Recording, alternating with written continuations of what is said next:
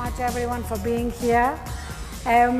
We wanted to start with a broad question about this very topic that I raised in my introduction, which is, why is it that even though in so many of the areas that we are facing crisis and long-term problems, and we know what we are supposed to do, we are not doing it? What is it about leadership, about human nature, that makes it so hard for us to come up with anything except suboptimal solutions to our big problems? So who wants to take it first? I'll go. So Ariana and the panelists and all of you who are here, my own answer, as Ariana was asking me that question earlier, is that we have, in my view, a huge education and knowledge deficit in the Western Hemisphere. And I would say that in a number of different areas. First, in terms of history, how many people in the Americas know that we are part of New Spain and Mexico and California longer than we have been a part of the United States? And there's a whole history where we need to learn a lot more. We also have the same knowledge and education deficit when it comes to some of the key issues that we're talking about in sustainability in the area of energy. The fact that Brazil, for example, is a leader in energy independence and biofuels and renewables, and yet we don't share that information very well across the nations of the Western Hemisphere. And thirdly, water. You think about the importance of water for every community. It is the lifeblood of communities and nations.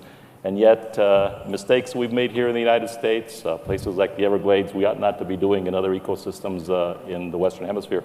So I think our greatest challenge really is this education and knowledge deficit, and it's true for leaders and it's true for our citizens. And that's why Governor Hickenlooper, in leading this effort on the Biennial of the Americas, is trying to address that education and knowledge deficit. So I'd like to give him a round of applause as the greatest governor we have in the country.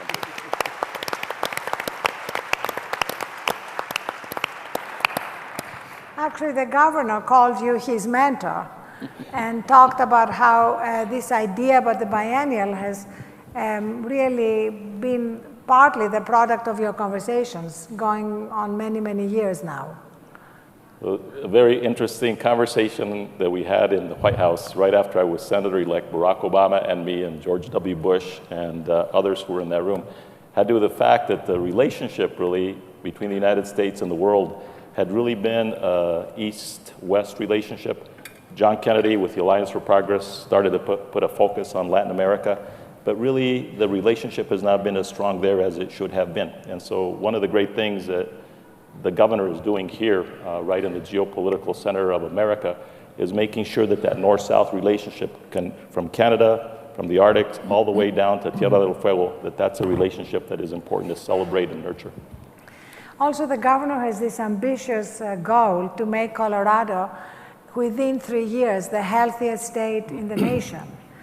And Steve, you may want to link this with the fact that maybe if Colorado is the healthiest state in the nation, it might also become the wisest state in the nation. What do you think about that? It's one of the healthiest, and it's really great because Alberta and Colorado are very similar.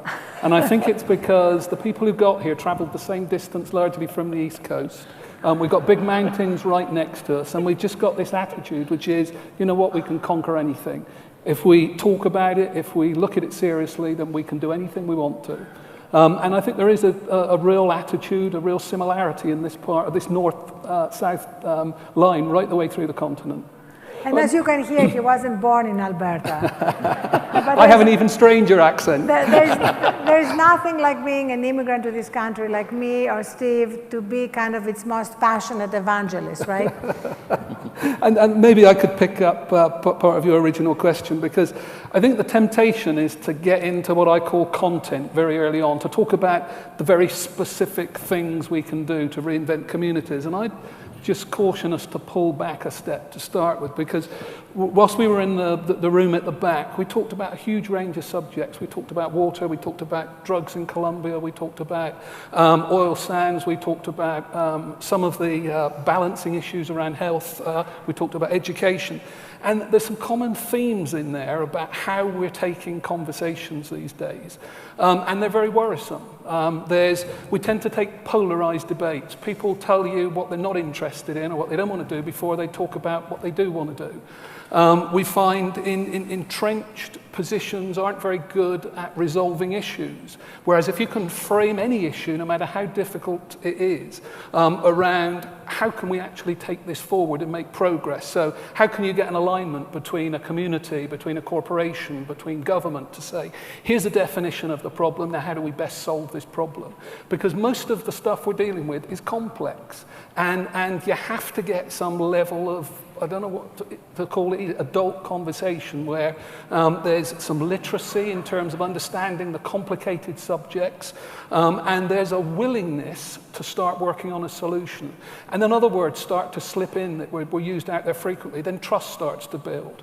Because actually we all share the same objectives. I mean, whether I think you're a government or a corporation or an NGO or a community, we all want vibrant communities, great education, great health system, better for our children than it was for us. And I think when we start to focus on the things we do want, we can start to conquer some of the big challenges in front of us. And I know later we're going to talk about some specific ones, so I won't talk too much about it here. But you know, the urban challenge is one of those. One of the ways we can use, and I'll talk about energy specifically, energy much more effectively, is to break some of the, what I call the human condition, the paradigms that we exist in. So, you know, right now, the wealthier we get, the bigger house we want, the bigger car we want, the more we want to travel, the bigger carbon footprint we have, the further away from the city we live. And we've got to start to rethink some of those, that maybe when you've actually been successful, you live close to where you work, and you minimize the amount of travel you do that's unnecessary. But you've got to start to break some of these just the paradigms that we accept. The more successful you are, the more you travel and the more carbon you burn. Great. So I want to pick up on that, but first I have to establish my credentials as a scientist. Colorado is one of the healthiest states, but it's also one of the youngest states. So that's why. So if you're going to get that wisdom, you got to get some of us old guys in there. But you know, picking up where you were talking about, and you know, I'm a geek. I deal with numbers and data. And yet my answer to that's going to be a little bit surprising. I'm going to say that what we really need is empathy and humanities. And I'm going to say that from a personal story that sort of changed my life. I started off as a radical environmentalist, and I was involved in the litigation with the spotted owls in the Northwest. I lived in Seattle. Federal courthouse. And I was very self-delighted, just filled with self-delight that I was this eco-warrior protecting the old-growth forest. And in the back of the federal courthouse were loggers with their 2-year-old children on their shoulders. And they had signs saying, "You care more about owls than feeding my kids." Because I had kids exactly the same age, and I carried kids that way, it made me just rethink everything. It made me realize I'm still an ardent conservationist. I want that old growth. But I have to think about what it means for the logger as well. And I really have to have that empathy. And that's why I say these problems, you know, it's not just technical. We talk about a lot of technical things, but it's about seeing things from the other person's eyes. That's a great point.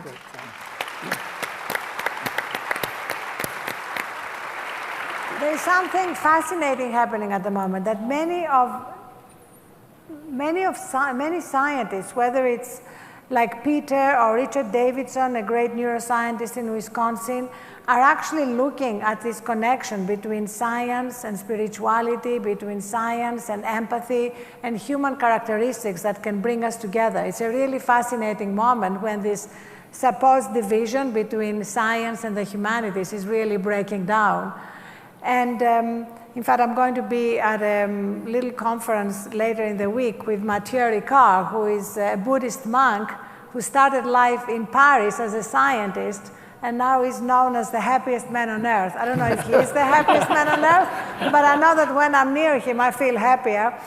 And again, it's like showing that a lot of the things that make us more empathetic, that make us more caring for our fellow human beings, also have a positive impact on our own well-being, and there is now scientific, neuroscientific evidence about that. So thank you so much for bringing that up. And thank you for my next career move. Yes, the next, you know, moving to a great monastery in Nepal. Jim. Well, I would pick up on the point on polarization. The reason that we have polarization around different issues in our country today and around the world is because government, as well as corporations and many different groups, have a very short-term focus. They don't have the long view. And since I have 11 grandchildren, I'm going to apply, and I have in my career applied what I call the grandchildren's test. Every decision I make, I think about, will my grandchildren, when they are my age, look back and said, did my granddaddy made a good decision? And in the business I'm in, where I build power plants and I provide electricity, affordable, reliable, increasingly clean 24/7, I have to plan 20 years out, 40 years out, and 60 years out. I have to have this long view.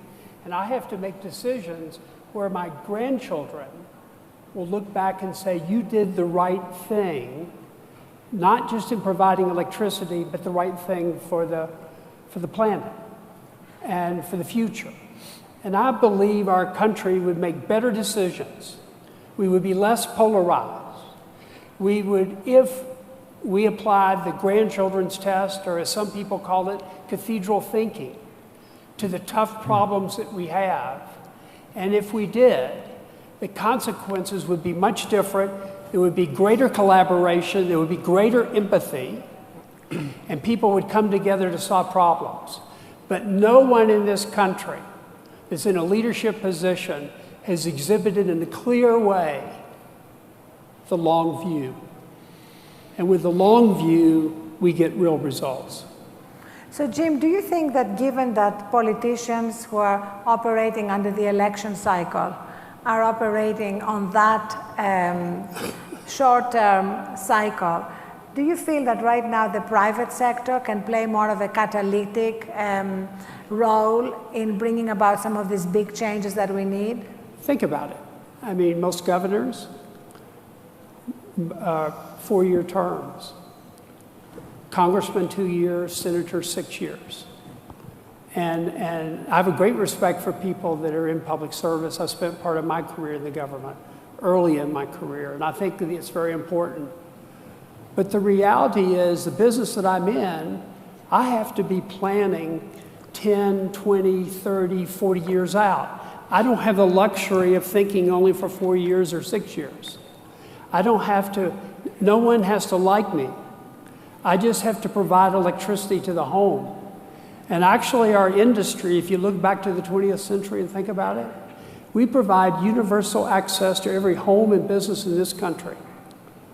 And that's really an incredible achievement when you think there are 1.3 billion people, 4 times more people than the entire United States, without access to electricity in this world. You can't lift them from poverty until they have access to electricity. They don't get clean water, they don't get medical supplies, they don't get teaching, they don't have access to the internet without it. So I think that this long view is embedded in what we did in the 20th century. And I think that in the history of our country, we've had people that have taken the long view and made decisions that, I mean, think about the Louisiana Purchase, think about purchase of Alaska. Just history is littered with examples of people in political office who took the long view and made decisions that were not popular or not thought wise at the moment, but proved to be long-term. If I may, just, Ariana, and Jim, just a question on that, and I think an observation. The polarization is true. I mean, I think everybody here would say Washington today is dysfunctional. You know, we can't get an immigration bill through, even though everybody from the progressive part of the spectrum to the conservative spectrum says we need comprehensive immigration reform. But yet, somehow, you have this dysfunction there. So my question to you would be, as a corporate leader and someone who has played in the world of politics at high levels, is it the money and the quest for the power for political people that keeps them from having a long view? Because if you're in Congress, you're out running for the next 2 years and you have to raise a lot of money to get reelected. Same thing for any position.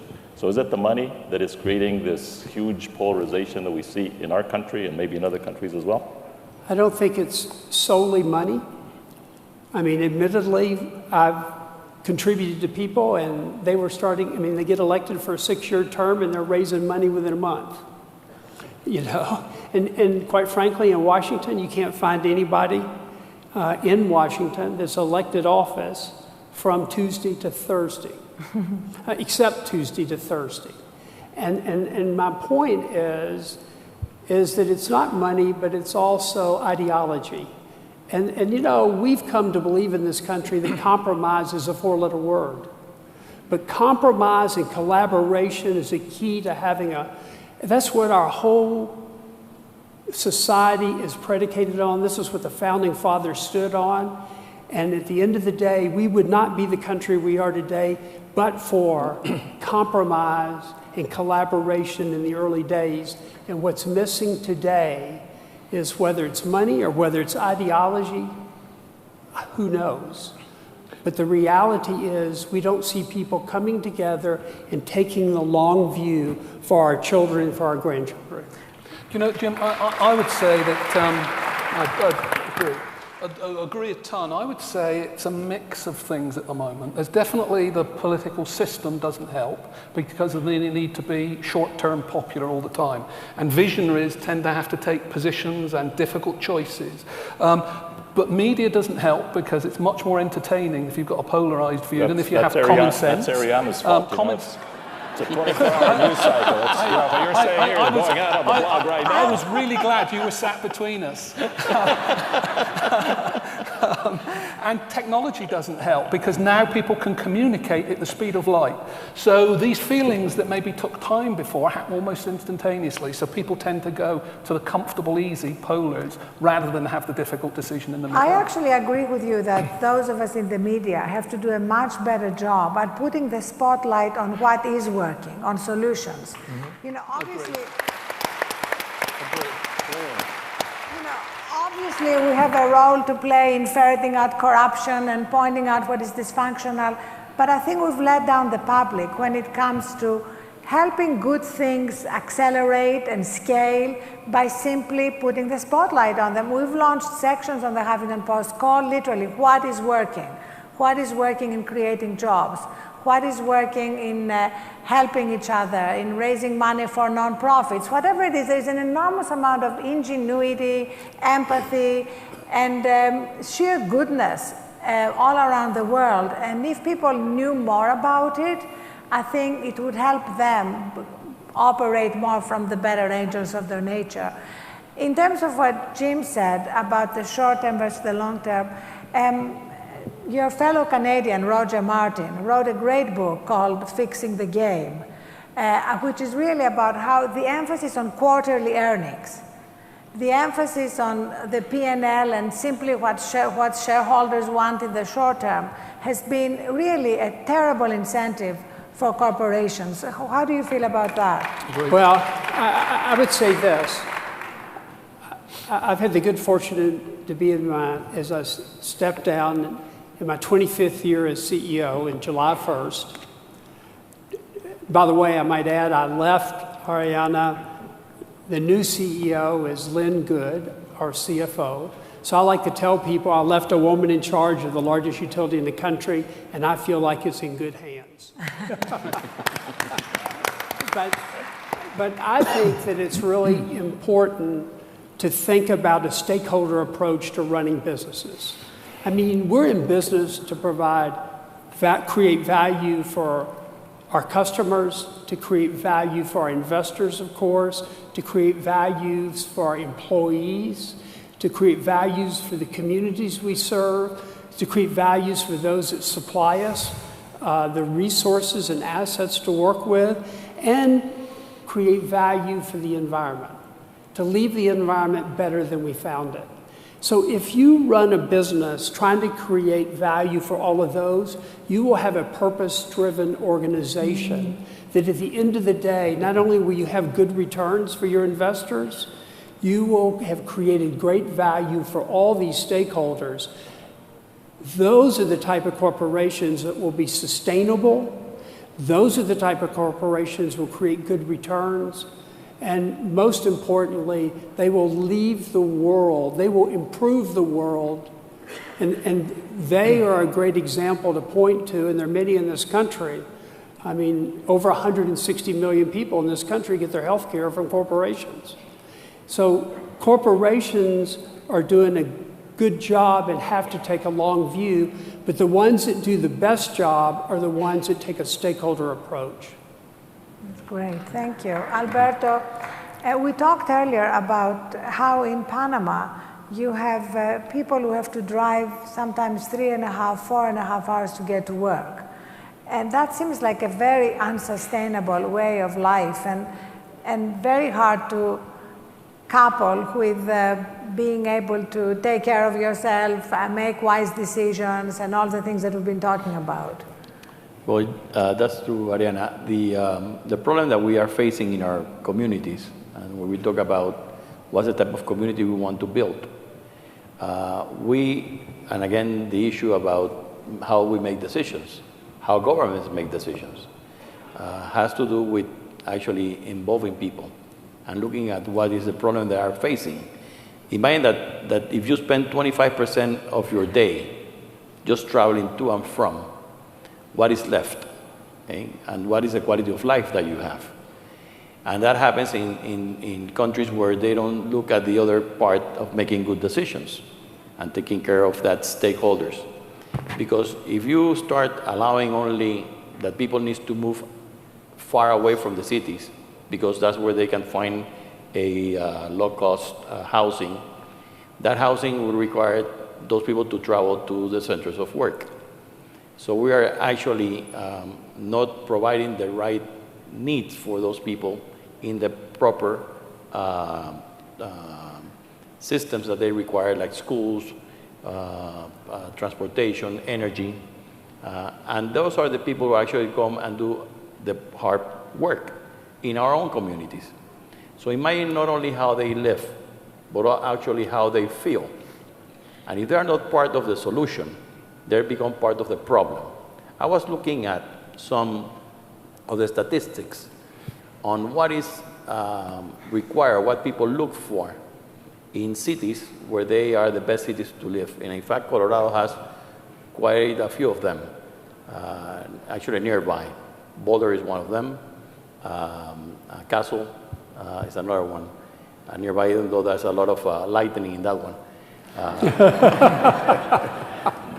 But still, what you have to look at is that people look into what is, how safe I am, what's the level of crime, and not only in the States, all over the world. Okay? Those cities require people to be happy, people to have an opportunity. Otherwise, then they are led to other things. And I'm sure that the ambassador is going to talk about Medellin, which is a fantastic example. In our countries, that takes too much of the people, of the person's life, and that brings frustration. And I think there's the important part is that you have to look, again, in the long view, because otherwise, this decision of having people living so far away, it costs more to the government, costs more to the taxpayer, costs more to the people who live in the supposedly very happy and very well in the country, in the cities, but actually are being affected by all of that people that are in in poverty, plus the fact that they cannot enjoy life in very simple things like taking care of their own families. So they have to look for alternatives. And I think that that's the short view of sometimes government that are only there for 4 or 5 years or whatever, and they are not interested in what is going to happen with the long-term view. So there's required, if we really want to think out of the box on this type of, the type of city that we should live in, we have to start thinking in different ways to attack the problem. And I think that the way to do it is to understand the problem that people live and what actually they need in order for us to solve that problem, and make them part of the solution and not part of the problem, because we tend to look at them as a problem and not looking that over there is where the solutions really are.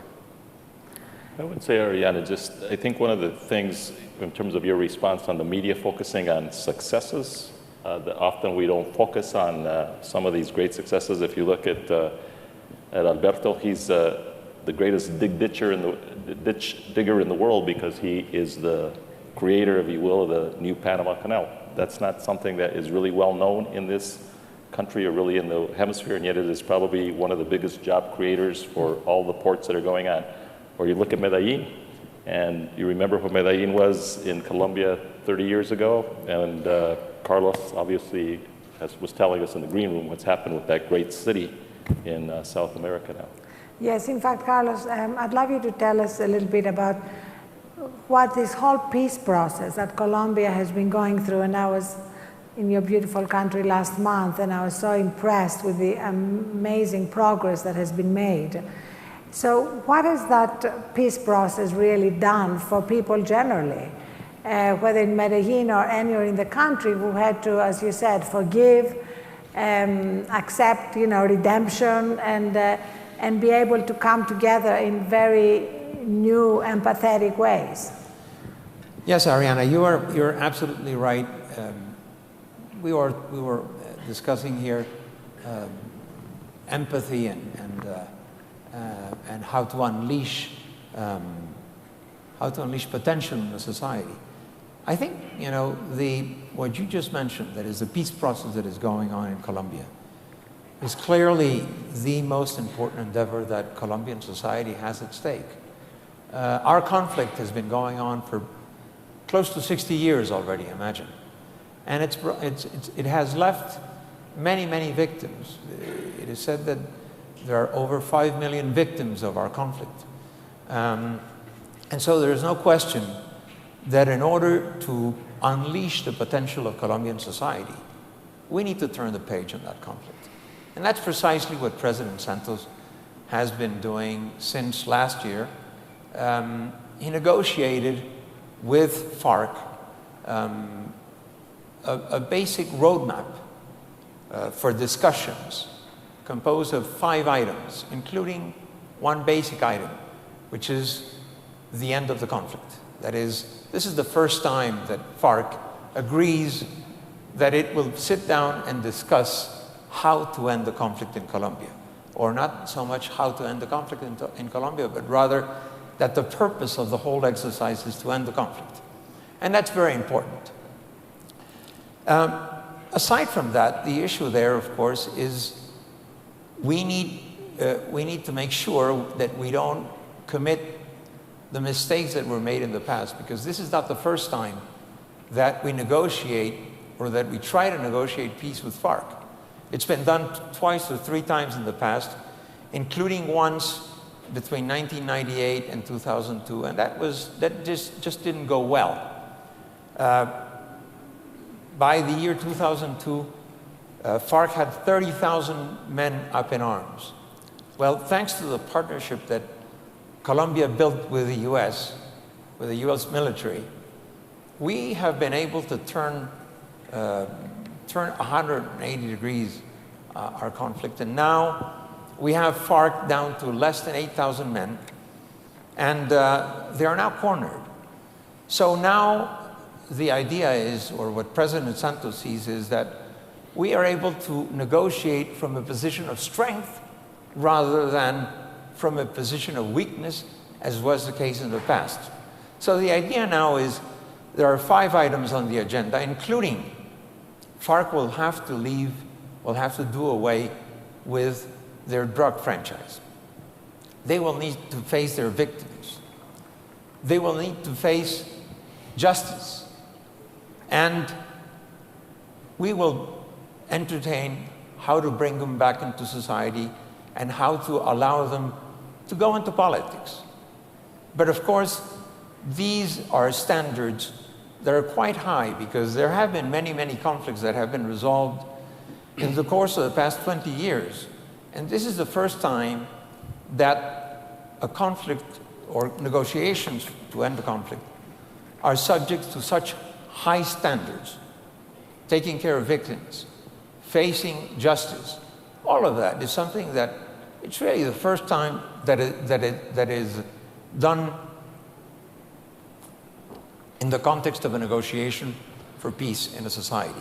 So what I would submit to you is that clearly, as far as Colombians are concerned, there is really no other more important task than to be able to reach peace, reach a negotiation, reach an agreement, and then focus on the post-conflict. And the post-conflict will pose many, many, many difficult issues. But that is what President Santos is doing these days. And I think you ask how Colombians are looking at this. Some people are skeptical, of course. But the fact of the matter is that I think everyone has deep in his or her heart the idea that, yes, we want to be able to see peace in our society. We want to be able to see our children grow in a peaceful nation, a nation where there will be empathy, that will not be as polarized as it has been in the past. And that's pretty much what is going on as far as the peace process is concerned, Ariana. Thank you. Yes. Can I just pick that up? Because we could go from, you know, a clear country level, real difficult issue to resolve, and then jump into another example, which is almost the same in a completely different type of world. But there are some common themes which may be something we can hook into to take us forward. So, you know, you use the word alliance, collaboration, reframing of some of the issues.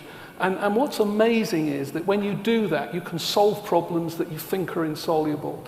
And I won't give you the content of it, I think it's too much detail, but I could give you an example. So in the oil sands, you know, no energy source has no impact on the environment. So what you're trying to weigh up are the costs and benefits and the very best way of doing those businesses.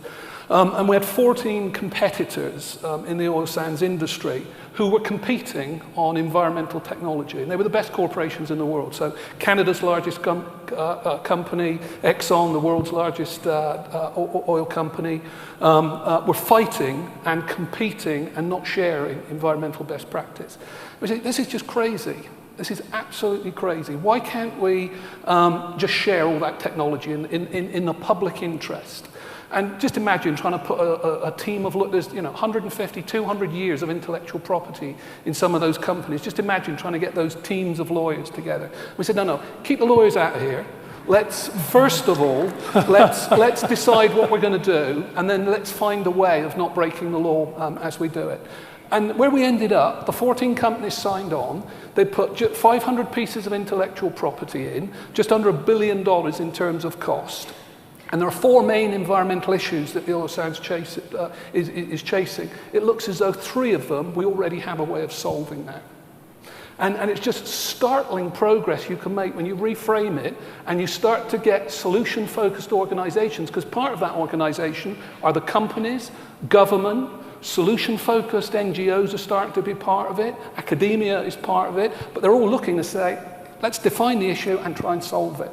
And it's really encouraging that when you reframe it like that, you can actually solve massive technical challenges or public interest challenges. And a lot of it does start with the reframing.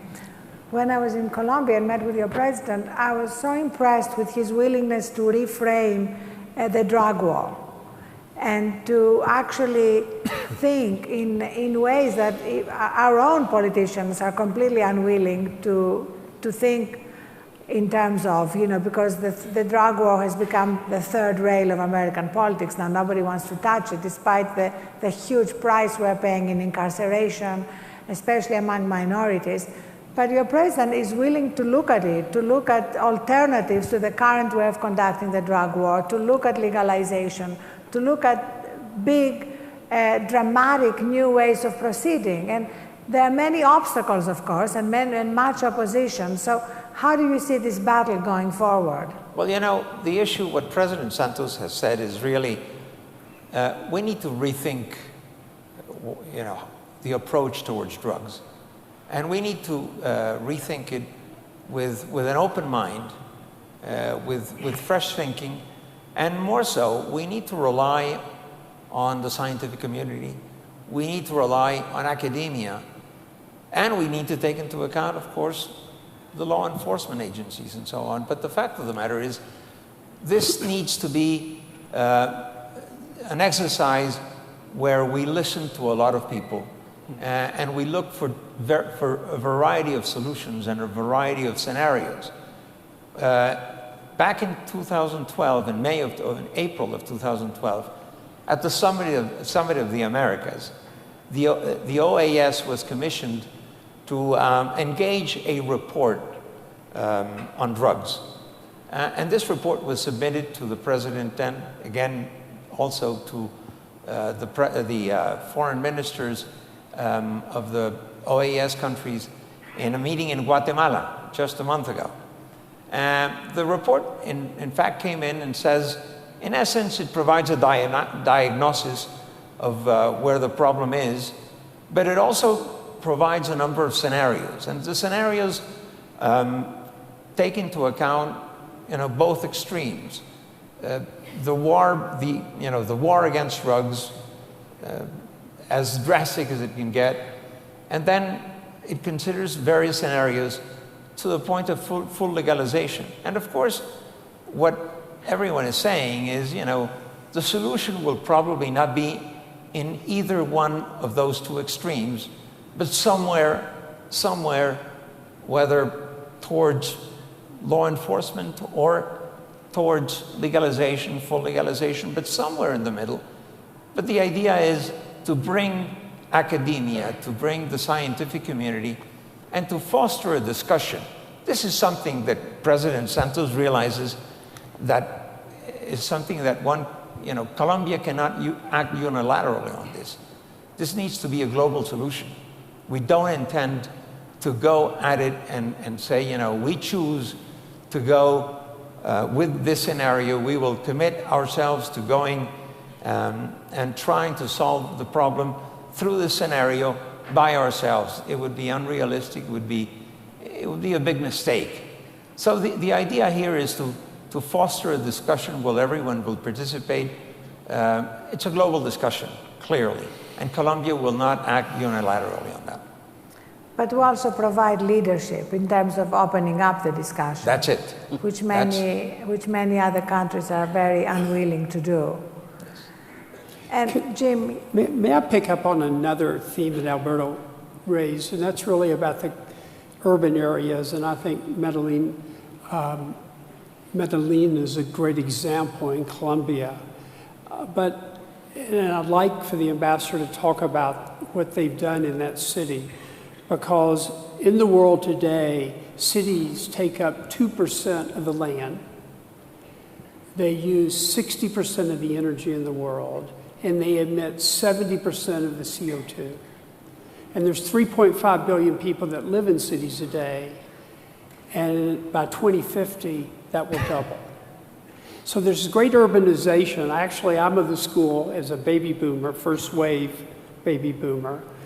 More and more people are moving back into the cities. And if you look at the millennials, more and more of them of living in the cities. They're not even wanting to own a car. They just want to maybe rent a car on the weekend in a lot of the cities. So you see this urbanization occurring, and I would love to hear, Ambassador, how that city reinvented itself. Because I think it becomes a good model for us in the United States as we think about our cities, how we can reinvent our cities. Well, by all means.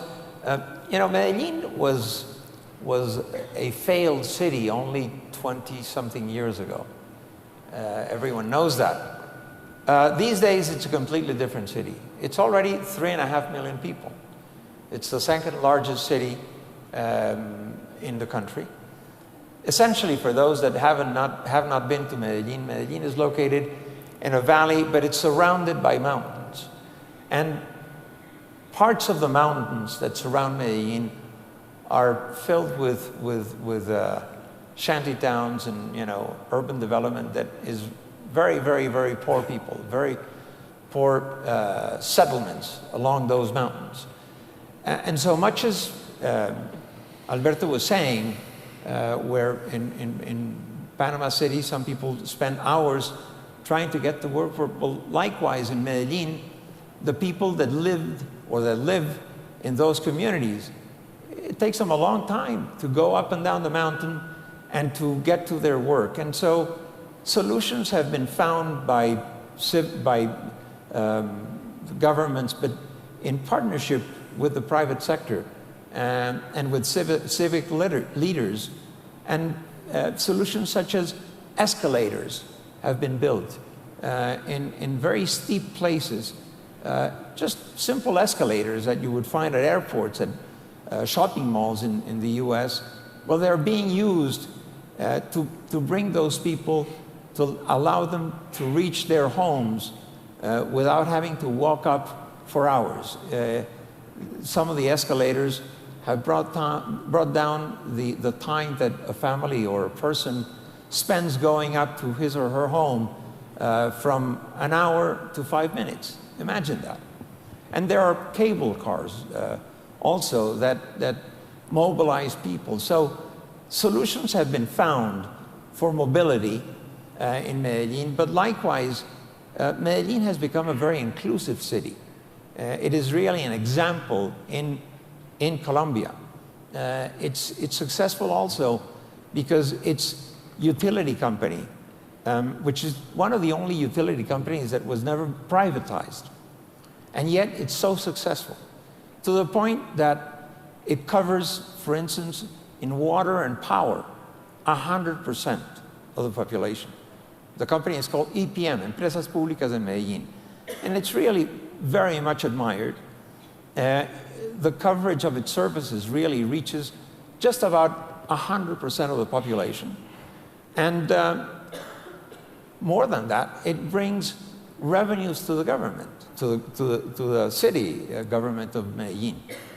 Can I just say one thing on that, yes. Adriana? So, Carlos, I think that what Jim asked, and I know Peter has some thoughts on this too, on the urbanization of the population of the world and what's happening here in the Western Hemisphere. And I think one of the realities that we see here in the United States is you have great cities in this country. You have great cities like Medellin, but you also look at some of the problems in Sao Paulo and you look at some of the other places. And so I think one of the great challenges, Jim describing it from an energy point of view and population growth into the urban areas, is how you develop these models for 21st century great urban cities. You see them here in this country where you can talk about Denver, which I think is a Renaissance city based on what Mayor Peña started on Imagine a Great City back in 1983. Yet you don't see it as much in a place like Detroit. And then it relates to part of what Peter and others have been talking about so much, and that is, how do you make sure that young people are connected in these urban settings to the outdoors? How do you get them connected to the great rivers of our communities or to the mountains of our places? And so I think one of the things that, frankly, I would hope happens in this 21st century in this hemisphere, but also around the world, is that this focus on great urban cities, following the models like the one you have in Medellin, like the ones you have maybe Calgary or Toronto. I mean, there are lots of great cities, but there's also lots of examples of failed cities. Well, Peter, you've done a lot of thinking about how do you connect people in cities to nature. Well, I think it's really important, but I want to also reinforce one point that you mentioned about time. So we think about success, and you already brought this up, we think about we're well off, we're happy, we're successful in terms of money. But I bet you if we're introspective, it's really when we have free time. Yes. Mm-hmm. That's really what it is, when we have the free time. In fact, and it's much more, and you see that, and a poorly designed cities does not give its people that time and the time to relax and enjoy it. But so for the nature, and everybody knows, if you look at any studies, that it's not just in the Americas, it's happening in Asia, it's happening in Australia, and Europe. There's a huge disconnect from the younger generation from nature. I mean, we had 20,000 generations as hunter-gatherers, maybe 20 generations somewhat disconnected from nature, and now really one generation totally isolated from nature. That has psychological, cognitive, emotional, physiological effects. There are more and more studies that show it. I mean, you could do an MRI and see it. So we have to, for our happiness, make that reconnection.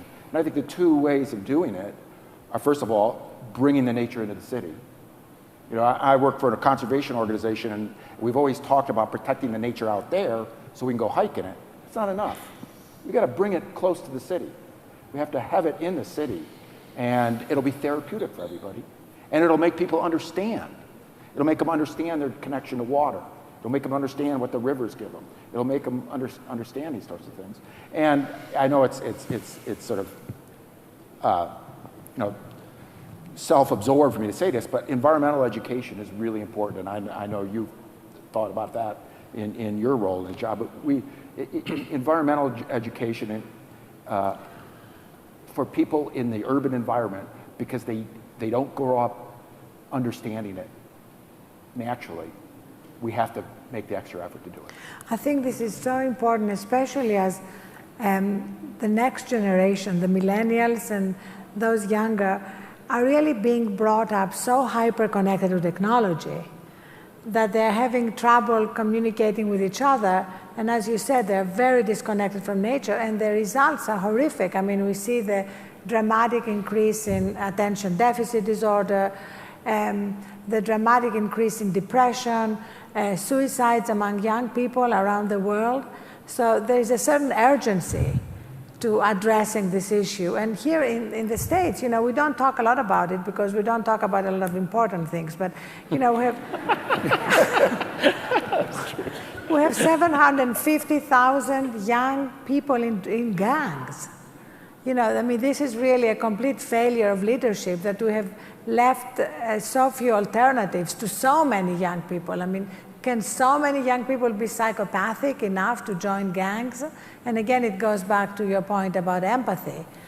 Because as Bill Drayton, you know, the founder of Ashoka, has now taken it as his life's mission to introduce empathy in elementary schools.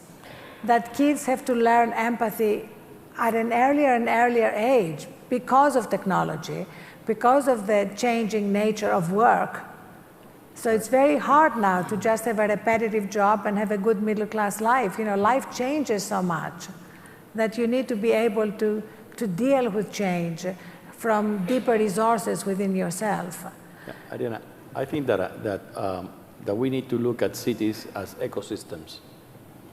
And there's an interaction between, and in these days, you just mentioned that, you know, change should be something that will happen all the time. And what we might be failing on is that we are still tied to the old ways in which we learn, the old ways in which we were actually brought up. And that is not the way that the young generation actually is being brought up. Okay? I can see it on my kids and in my grandchildren. They are completely in another planet. which actually is very good. It's very good. In fact, they are now much more focused on environment and protecting the environment. But also, I think that we have to do a big effort, not only with the people within the cities. You mentioned, you know, why they go to gangs. There are things that in my time they didn't even exist, you know, and the way we look at the environment and the way they look at the environment today. The cities that were, you know, built around this metropolis of very poor people, which brought a lot of problems to the urban areas. And I hope, honestly, that this new generation will be the one changing everything, not us. They are the ones who have to have that responsibility.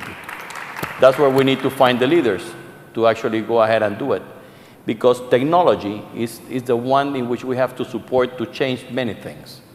But at the same time, we have to go to the common people with the, maybe as an example, is we have to deal with the issue of protecting one of the most important watersheds in the world. That is the Panama Canal watershed, because we supply the water to actually be able to use the canal, because the canal is not a sea level canal. Actually, it uses 2 billion gallons of fresh water per day. We manage that amount. And the people who live in those communities, we actually need to teach them about the environment, how to protect them. But we needed to understand first that they were the part of the solution. And I was explaining back there that we built a system by which we contracted the poor communities because we needed to do a reforestation program. But rather than bringing a big company to do the reforestation for us, we want to say, you will do and you will grow the trees, you will do the nursery, and we will guarantee that we're going to buy those trees. Mm-hmm. But not only that, we will actually contract you to go and do the planting of the trees. And also, we will pay you to protect that forest for the first 3 years. That's where actually it grows. So we involve the community. So who do you think now owns that forest? It's not us. They own it. It's their forest. And also, they became, because of the experience, now they are a small enterprise where they are selling trees to other people and other communities who actually they need it. So this is something that at the same time we were doing is teaching them about the importance of protecting the environment in which they were living. Before they were taking it down because they needed to have a space to grow food for their children. Right, but you're also doing something more important. You are changing the incentives. Yeah. And that's really what has to happen across businesses, changing the incentives. I think there's another theme there, which is, we probably have lived in the age of philanthropy, where we live in silos and disconnect stuff, where people go and make money here, and then to feel good and sleep at night, they have to do some things with it because they feel guilty about the way they made it. Yeah. and what's happening now is the real models in the world, and there's a lot of stuff being done at Harvard with Michael Porter about it, is philanthropy is mainly around the giver. It's not about the receiver. Mm-hmm. And the old analogy of it's much better to teach somebody how to fish than it is to give them a fish.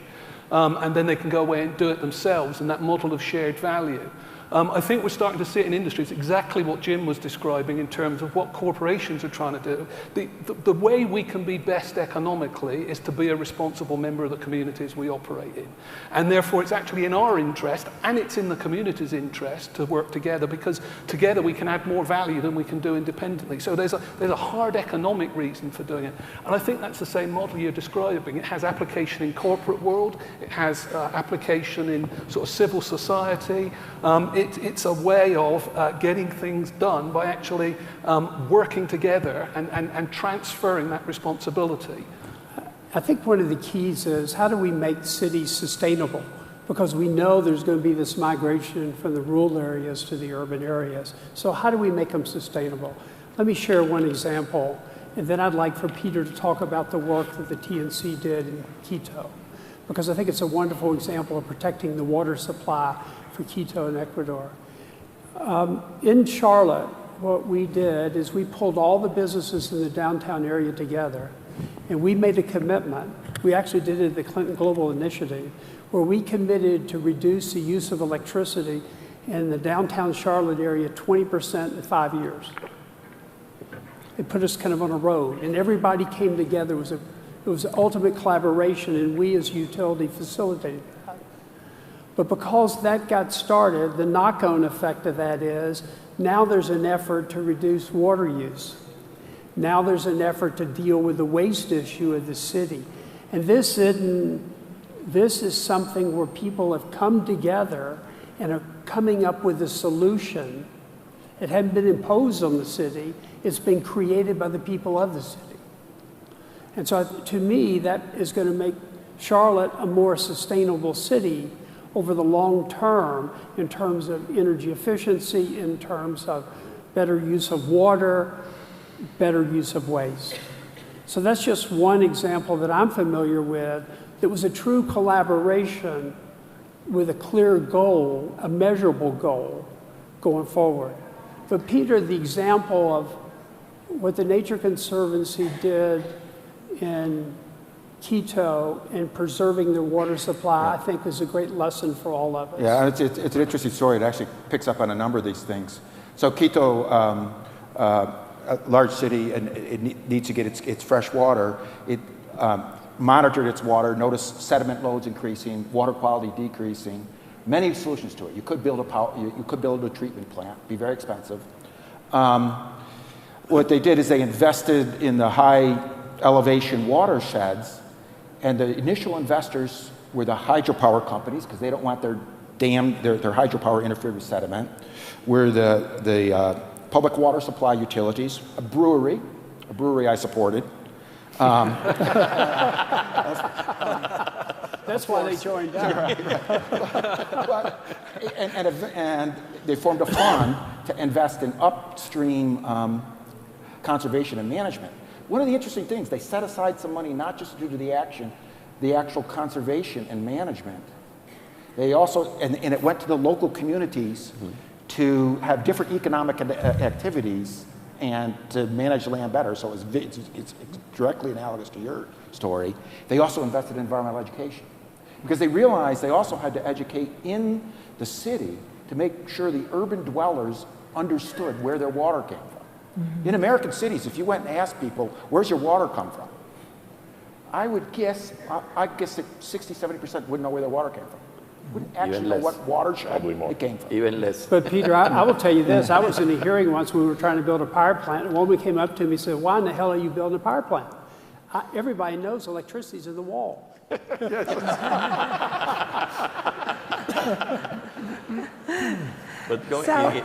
in what you were saying, also what we have done in actually to manage the watershed of the canal, we work with every single community, and we help them get together and get the best leadership in those communities. And they are all part of understanding the importance of in the place where they are living. Because unless you do that, which is exactly what happened in Quito, is to work with the communities. But we organize the community. We help organize them. Because now you have a network in that community, and we know exactly what are all their needs. It cannot, it's a huge area of the country. In fact, the watershed of the canal is about close to 4% of the Republic of Panama. It's a very large area. And we also are attracting, as you know, like Nature Conservancy, and we have the Smithsonian Institute. There's a lot of research also being done that I think that will help humanity in many ways. So believe it or not, we have 10 minutes left. So I want to bring it all back to where we started by making the connections that you all started making between a sustainable planet and sustainable cities and sustainable communities, and taking it one step further and connecting to sustainable individual lives. Because going back to what Ken said, that we have a lot of lessons that we've learned in developed countries that we can help export to countries that are in an earlier stage of development. And one of them, I feel, is that we have all been driven to leading unsustainable lives, fueled by burnout, sleep deprivation, exhaustion, and as a result, bad decisions. I mean, I think if you actually analyze some of the worst decisions our leaders have made, they were made in the middle of the night when they were sleep deprived, exhausted, and completely burnt out. Actually, that would be an interesting book if somebody here wants to write it. I can give you, I have a lot of research on it. I actually have a lot of personal experience with it. You do? Okay. We want to hear about that, because if you think of it, a burnt out human being is going to be less likely to want to have a sustainable planet. And so I think that's where corporations, you talked about the purpose-driven corporation, they have a huge responsibility to look at how are their employees operating. And it also links to the question of the time famine. There is actually a great survey done about time famine and how people, their sense of well-being is much more related, as you accurately said, to their sense of how much free time they have than how much money they have in the bank. And if you look at employees, ultimately, you're not paying them because of how many hours they're in the office, but how much are they contributing? How productive are they? What percentage of them is in the office? You could have somebody in the office for 18 hours, but it's only 30% of that person, and they can be playing video games or whatever. These days you don't know. So I think energy is more important than time, right, when it comes to what employees are doing. So this is something which I think is a fascinating topic for discussion. We have now 25% of corporations already in America that are doing something, introducing mindfulness practices, meditation, yoga, and I'm not talking just about Google and Silicon Valley, I'm talking about General Mills and corporations in the middle of America. So there is a wave towards that, partly sustained by the exploding healthcare costs. We now have to do something to reduce chronic stress-induced diseases. So I'd love to get your thoughts on this topic and how it connects to the larger issue of sustainability. Because you know you're asking completely the wrong group of people to that question. We're the extreme example of overachievers. I loved Peter's point about the most valuable thing, if you've got the time to think about it, is spare time, but I don't have the time to think about it. So I think we're probably completely the wrong group. But actually, if you think of it, I bet you, if you think about it, I bet you have created in your life some way to recharge and connect with the deeper part of yourself. Tell us how you do it. Come on. I hate to say twice in one evening, you're right, but you're right. I mean, one of the reasons we can keep doing the things we do is because as individuals, we find a way of squaring that circle. So, there are just almost infinite demands on each of us in our different worlds. And we have to find a way of getting that balance. It was the word we started with right at the beginning, about how do you get balance in these decisions, common sense decisions, how do you get balance in your life, and it has to have a certain amount of work, a certain amount of relaxation, a certain amount of community, a certain amount of charity. And I think one of the things we're failing at, I think not necessarily this group, but we as a generation of leaders are failing at, we're not instilling that in the next generation.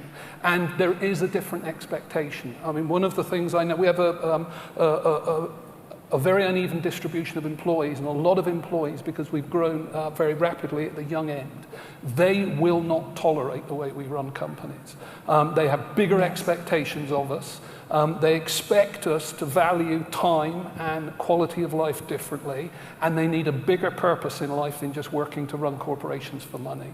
Now, it doesn't mean that economics are unimportant, but they have a different expectation of it, and I think we've got to start to adapt our leadership to facilitate and help that. And best practice companies or organizations are starting to do that around how do you balance that time, because the calculation at the end, people are much more productive when they're balanced, when they're happy, when they're making sensible decisions. And much more innovative, and that's where we need role models. And if you look at Steve Jobs talking to Walter Isaacson, he told him that some of his best ideas that led to the most iconic Apple products came after Zen meditation.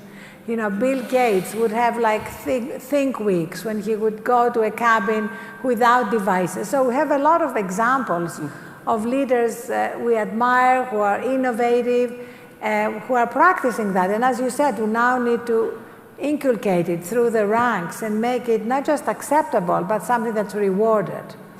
I think Ariana, on that, I think that whether it's in personal life or government or private companies, it's how you try to find that balance. And I don't think any of us, frankly, are ever satisfied on how we reach that balance. I think it's for all of us an ongoing effort and something that we need to help the next generation understand. I want to just go back very quickly because it was an important point that I wanted to make. I think one of our problems is that as a society to find sustainability, we have not been very good at doing that because we have been a laissez-faire kind of approach to how we use our planet, where we develop our resources, how we set aside those places that are very special. And we have not done that, whether it's in the urban settings or whether it's in the large landscapes of America. And so one of the things that I've been very interested in working with the private sector and NGOs in the past is how we look at the landscapes of our world, whether they are in the urban settings in New York and Jamaica Bay or St. Louis and the Mississippi River, or here in Denver and the Rocky Mountain Greenway and Rocky Mountain National Park, or with the great landscapes of the Dakota grasslands, which Steve and I were talking about earlier, how you take those landscapes and you really plan. And then when you have a plan in place, we used to have this, we permitted 11,000 megawatts of power under my watch as Secretary of Interior, renewable energy power on the public lands of the United States of America. Well, our motto from the beginning was smart from the start. Okay, anybody in industry would have said, how the hell could anybody go and permit 11,000 megawatts of power, the equivalent of probably 30, 35 power plants? But we did it by looking at the landscape as a whole and then planning at the beginning. And I think that's one of the concepts that's happening in the great cities of the world now, is that there are leaders, and you have the processes, you have stakeholders involved, you have the buy-in that you need to have, but you have this sense of trying to fit the human being and the human impact on the planet and on the city into the natural world which we inhabit. And I think that's going to be an ongoing conversation way, way beyond this time, but into this whole century. Well, I think this has been a great start to this conversation.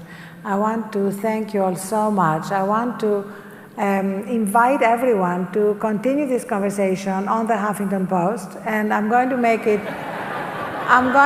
it really easy for you. I'm going to give you my email address, and you can email me any thoughts you have following on the conversation, the themes that we started exploring here. And that is a very simple email, ariana@huffingtonpost.com. And we would seriously love to continue this conversation. The panelists have already promised to send their thoughts so that they can continue leading and inspiring the conversation the way you've done here. I've personally learned a lot, and I'm going to repeat a few of the things I've learned, including the cathedral thinking. I love that. And the grandchildren's test. I love that too. And thank you so much for reminding us about the importance of empathy and the importance of time and the importance of bringing nature into our urban environments. And Carlos, thank you so much for reminding us of how even when situations look as desperate as they looked in Colombia not that long ago, things can be turned around and you can bring in forgiveness and redemption. And despite all the current challenges, really look forward to an incredibly different future. So thank you all very much. Thank you.